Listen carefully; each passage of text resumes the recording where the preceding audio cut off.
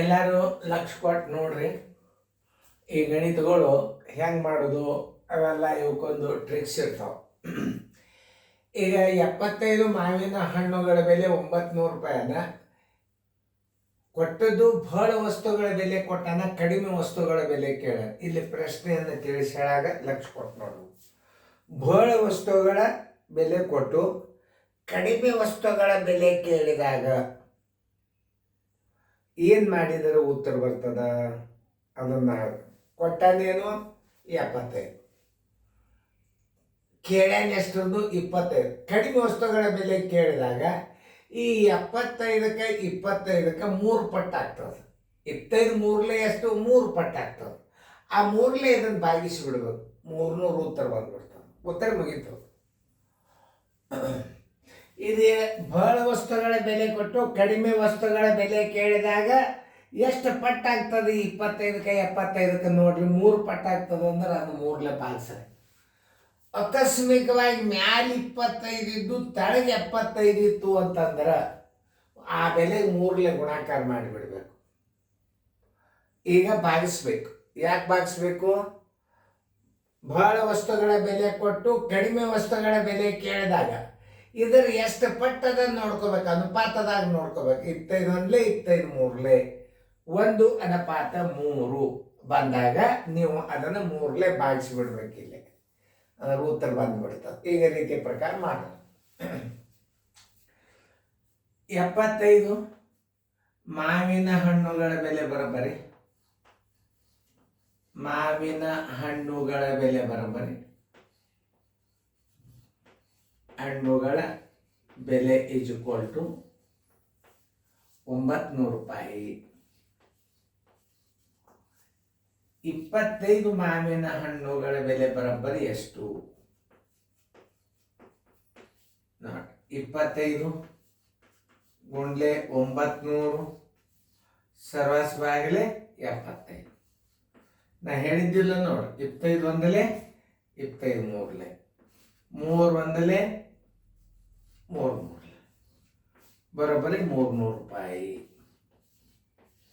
ಉತ್ತರ ಸಂಖ್ಯೆ ಎ.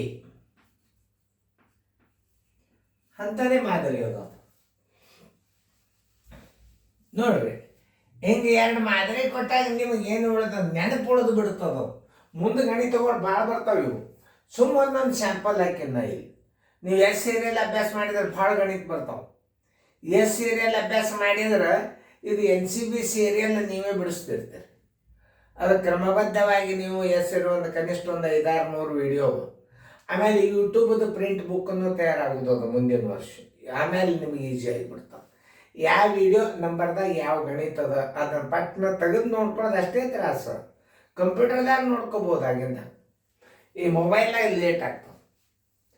ನೋಡಿ, ಇದನ್ನು ಬಹಳ ವಸ್ತು 45 ಮೀಟರ್ ಬಟ್ಟೆ ಬೆಲೆ ಕೊಟ್ಟಾನ, 9 ಮೀಟರ್ ಬಟ್ಟೆ ಬೆಲೆ ಕೇಳಾನ. ಎಷ್ಟು ಪಟ್ಟು ಆಯಿತು? 9 5 ಪಟ್ಟ. ಆ 5ರಲ್ಲೇ ನೀವು ಭಾಗಿಸಿ ಬಿಡ್ಬೇಕು. ಅದನ್ನು 810 ರೂಪಾಯಿ ಬರ್ತದೆ ಬಾಯ್ಲೇನೆ. ಅದೇನು ಸರ್ ಬಾಯ್ಲೆ ಟ್ರಿಕ್ಸ್ ಹೇಳ್ತಾರ? ನಿಮಗೆ ಲೆಕ್ಕ ರೀತಿ ಪ್ರಕಾರ ಕಲ್ತಾರೆ, ನಿಮಗೂ ಮಾಡ್ಲಿಕ್ಕೆ ಬರ್ತದೆ. ಮೊದಲ ರೀತಿ ಪ್ರಕಾರ ಪರ್ಫೆಕ್ಟಾಗಿ ಕಲಿಬೇಕು. ಹೆಂಗಂದ್ರೆ ಬಹಳ ವಸ್ತುಗಳ ಬೆಲೆ ಕೊಟ್ಟು ಅದೇ ಸಜಾತಿ ಅಂಕೆ ಅಂತಾರೆ ಇವಕ್ಕೆಲ್ಲ.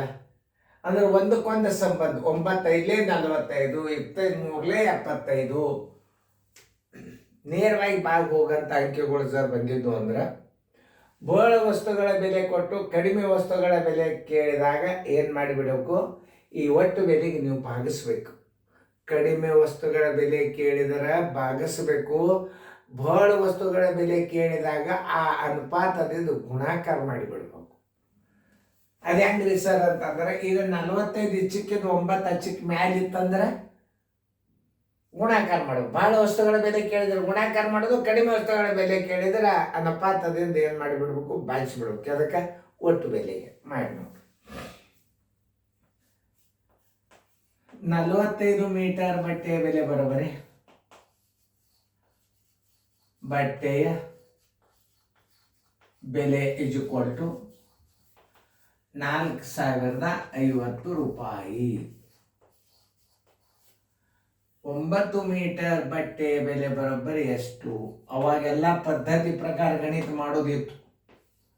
9 ಗುಂಡೆ 4050 ಸರ್ವಾಸ್ ಬಾಗಿಲೆ 45.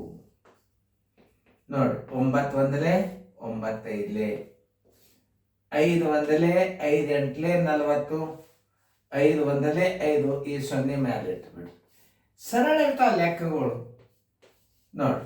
ಆದ್ದರಿಂದ ಉತ್ತರ ಬರೋಬ್ಬರಿ 810 ರೂಪಾಯಿ. ಉತ್ತರ ಸಂಖ್ಯೆ ಬಿ.